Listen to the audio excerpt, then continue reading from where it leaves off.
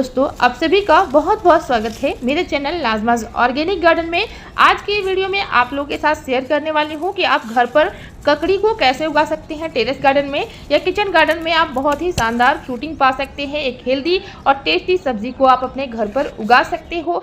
तो सभी लोग चाहते हैं कि ऑर्गेनिकली हम अपने घर पर ककड़ी को उगाएं, लेकिन इस तरह से शानदार फ्रूटिंग किस तरह से आपको मिल सकती है, कौन कौन सी खाद का इस्तेमाल करना है, कैसे आपको ककड़ी के बीज को लगाना है, कौन से इंसेक्टिसाइड का इस्तेमाल करना है, आज की वीडियो में आप लोग के साथ फुल डिटेल में बात करूंगी। तो प्लीज़ वीडियो में हमारे साथ अंत तक बने रहिएगा। इस तरह की शानदार ककड़ी पाने के लिए आपको क्या क्या खाद डालने चाहिए, किस तरह के बीज लगाने चाहिए, कब इनकी बुआई करनी चाहिए, पूरी डिटेल में बात करूंगी। देख सकते हैं मेरे टेरेस गार्डन पे लगे हुए ककड़ी की बेल काफ़ी अच्छी ग्रोथ है और 2 से 3 महीने से हम लोग इनसे हार्वेस्टिंग ले रहे हैं और बहुत ही शानदार इससे हार्वेस्टिंग हमें मिल रही है लगातार।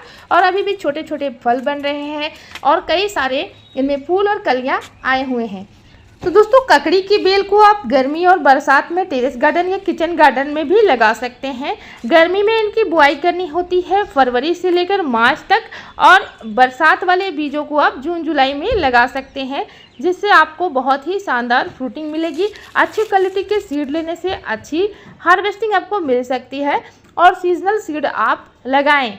ककड़ी की बेल गर्मी में बहुत अच्छे से ग्रोथ करती है और फ्रूटिंग भी इसमें बहुत ही शानदार होती है। बारिश के सीज़न में भी इन्हें लगाया जा सकता है, सिर्फ सर्दियों में इनको नहीं लगाया जाता है। और इनको अच्छी धूप मिलनी चाहिए। जहाँ पे इनको अच्छी धूप मिलती है 6 से 7 घंटे की, वहाँ पर आप इनको लगाते हैं तो बहुत ही शानदार फ्रूटिंग मिलेगी और ज़्यादा से ज़्यादा फूल और कलियाँ इनमें आएंगे। जैसा कि आप देख सकते हो, टेरेस गार्डन और किचन गार्डन में भी हमने लगाए हुए हैं। कई तरह के वेराइटीज़ इनकी आती है, आप कोई भी सीड को लगा सकते हैं। काफ़ी अच्छा न्यूट्रिशियस फ्रूट होता है ये ककड़ी। तो देखिए, यहाँ पे बहुत ही शानदार फ्रूटिंग हमें मिली है। हमने फरवरी में ही इनके बीजों को लगाया हुआ था और मार्च अप्रैल मई तक हमें इनकी हार्वेस्टिंग मिली है। बहुत ही शानदार इनसे हार्वेस्टिंग हमें मिल रही है। ककड़ी बहुत ही जल्दी फ्रूटिंग देने वाला प्लांट होता है और ज़्यादा से ज़्यादा इनमें फल लगते हैं। देखिए कितने ज़्यादा इनमें फूल आए हुए हैं। मेल और फीमेल दोनों तरह के फूल इसमें अभी भी बन रहे हैं। और ये जो प्लांट होता है वो 1 मंथ में ही फ्रूटिंग देना शुरू कर देता है बीज लगाने के बाद। और जो भी पत्तियाँ सूख रहे हैं, फेडेड हो रहे हैं, उनको हटाइए। किसी प्लांट में अगर इन्फेक्टेड पत्तियां हैं तो उनको भी कट करके हटाइए। बहुत ही ज़्यादा दिनों तक ये बेल बने रहते हैं और ज़्यादा से ज़्यादा फ्रूटिंग करते हैं। देखिए काफ़ी शानदार छोटे छोटे फल भी इनमें बने हुए हैं। मेल और फीमेल दोनों तरह के फूल आ रहे हैं। अगर आपके पौधे पर फीमेल फ्लावर्स नहीं आ रहे हैं, फर्जी कटिंग करना ज़रूरी होता है प्लांट पे, ताकि एक्स्ट्रा ब्रांचेस निकले और ज़्यादा से ज़्यादा इनमें फूल और कलियाँ आएँ। तो हमने इनमें फर्जी कटिंग भी की थी बहुत ही शानदार फ्रूटिंग पाने के लिए। साथ ही बहुत ही अच्छी फ्रूटिंग के लिए हमने इनमें बहुत ही अच्छे खाद का इस्तेमाल किया है। ऑर्गेनिक और घरेलू खाद के इस्तेमाल से ही इतनी शानदार फ्रूटिंग हमें मिल रही है। दोस्तों, अगर हम सबसे पहले बात करें इनके बीजों को किस तरह से लगाना चाहिए, किस तरह की मिट्टी तैयार करनी चाहिए, तो आप देख सकते हो फ्रूट क्रेट्स में लगे हुए हैं 12 इंच के हाइट वाले ये फ्रूट क्रेट्स होते हैं। इनमें मैंने लगा के रखे हैं। ग्रो बैग अगर लेना चाहें तो 12 से 14 इंच का ले सकते हैं। सॉइल मिक्सचर की बात करें तो आप 70% गार्डन सॉइल लें, नॉर्मल वाली, और इसमें 30% वर्मी कंपोस्ट या कॉर्डन कंपोस्ट या आप इसमें किचन वेस्ट कंपोस्ट का इस्तेमाल कर सकते हैं। रेतीली मिट्टी लेते हैं तो बहुत ही अच्छे से आपके प्लांट चलते हैं। वेल्डेन मिट्टी में आप इनको लगाएं। अगर बरसात वाले गमले की मिट्टी तैयार करते हैं, बिल्कुल भुरभुरी और वेल्डेन मिट्टी होनी चाहिए। अब देखिए दोस्तों, हम लोग सीड को अभी भी लगा सकते हैं। बरसात वाले सीड लगाने का बहुत ही अच्छा टाइम है, तो इन बीजों को आप लगा सकते हैं। अब देखिए, जैसे ये बेल हमारी मुरझा जाएगी, खराब हो जाएगी, तो दूसरी बेल इसी गमले में मैं लगा देती हूँ। बाद में मैं इसमें खाद डालती हूँ।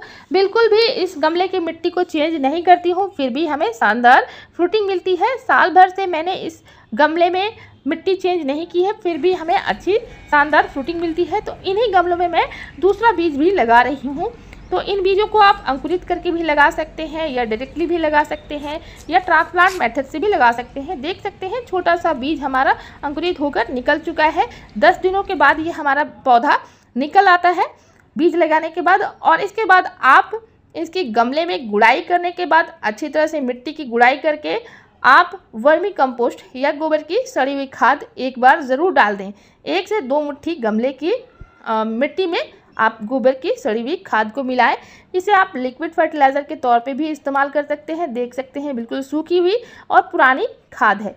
तो ये हमारे प्लांट की ग्रोथ को बहुत ही जल्दी से बढ़ाता है। आप इसमें उपले की खाद का इस्तेमाल भी कर सकते हैं, जो नाइट्रोजन का बहुत ही अच्छा सोर्स होता है, ऑर्गेनिक सोर्स होता है और हमारे लोकल एरिया में बहुत ही आसानी से मिल जाते हैं। आप ऑर्गेनिक खाद का इस्तेमाल घरेलू तरीके से करते हैं तो बहुत ही ज़्यादा शानदार फ्रूटिंग आपको मिलेगी। रूरल एरियाज में ये आसानी से मिल जाते हैं, शहरों में आप इनको ऑनलाइन भी परचेज कर सकते हो, ये आपको आसानी से अवेलेबल हो जाते हैं और ऑर्गेनिक होते हैं, बहुत ही अच्छे होते हैं हमारे पौधों के लिए।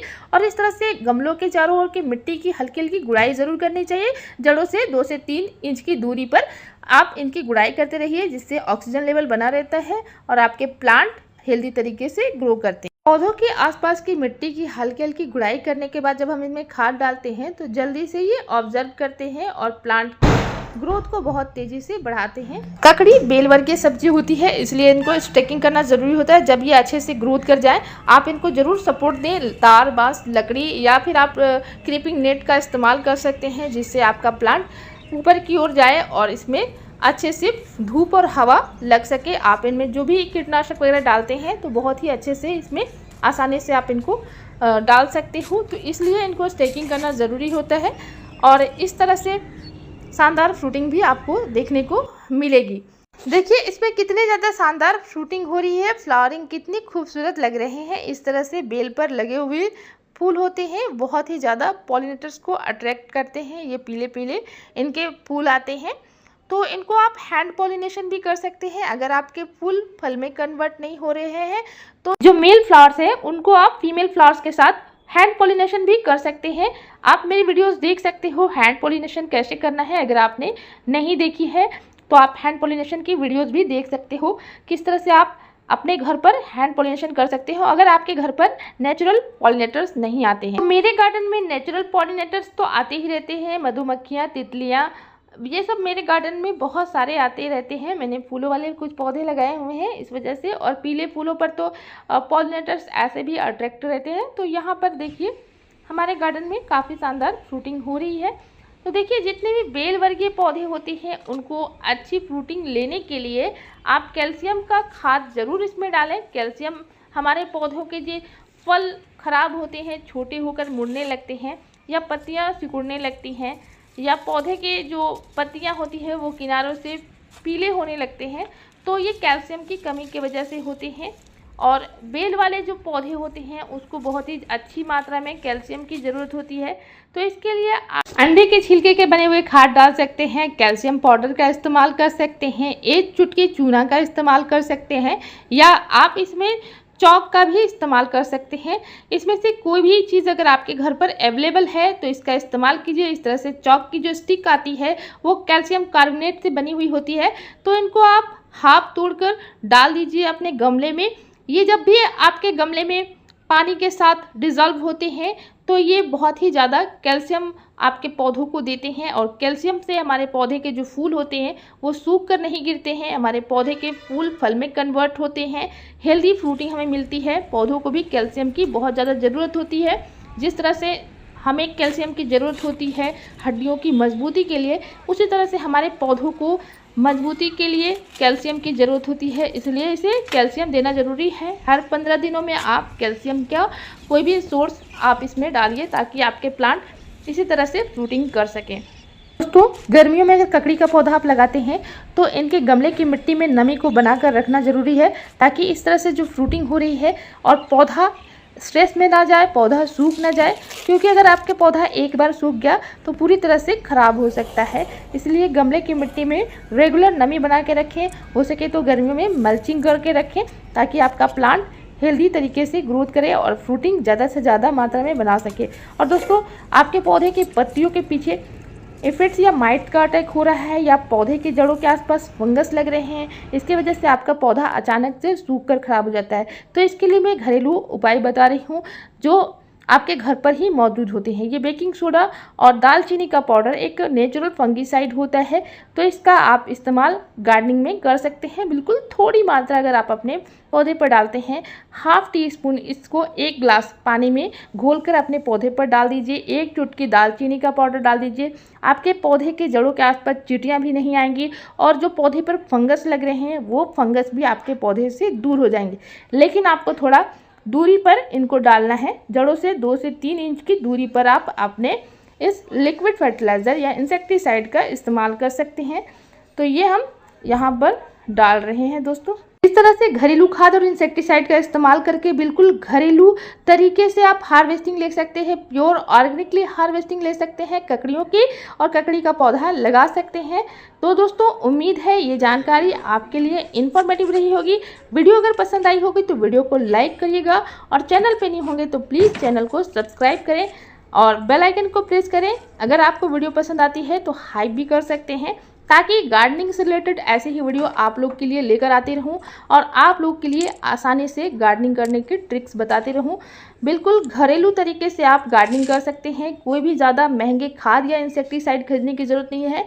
आप शुरुआत करके देखिए, बहुत ही अच्छा लगेगा घरों से सब्जियों को हार्वेस्ट करने में।